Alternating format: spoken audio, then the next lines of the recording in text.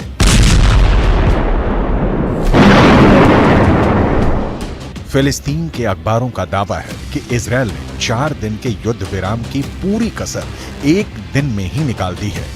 युद्ध विराम के ठीक पहले सबसे बड़ा हमला रफा इलाके में हुआ।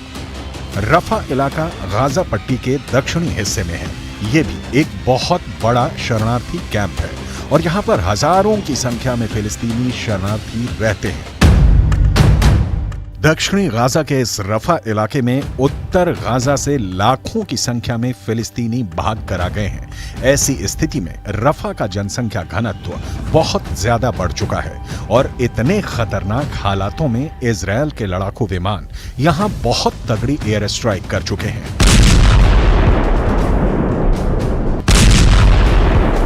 फिलिस्तीन के कई अखबारों ने रिपोर्ट किया है और फोटो जारी की है और वीडियो भी दिखाए हैं जिसमें एक साथ दर्जनों लोगों को दफनाया जा रहा है। यहां तक कि बुलडोजर से कब्र पर मिट्टी डाली जा रही है। गाजा पट्टी के अंदर सामूहिक कब्रों की तस्वीरों ने पूरी दुनिया को हिला दिया है। फिलिस्तीन के कुद्स न्यूज नेटवर्क ने कुछ ऐसे वीडियो पोस्ट किए हैं जो बहुत ज्यादा दिल दहला देने वाले हैं। वीडियो में दिखाया जा रहा है कि एक फिलिस्तीनी महिला अपने बच्चों के नाम पुकार रही है। मलबे के सामने खड़े होकर यह महिला अपने बच्चों को बुला रही है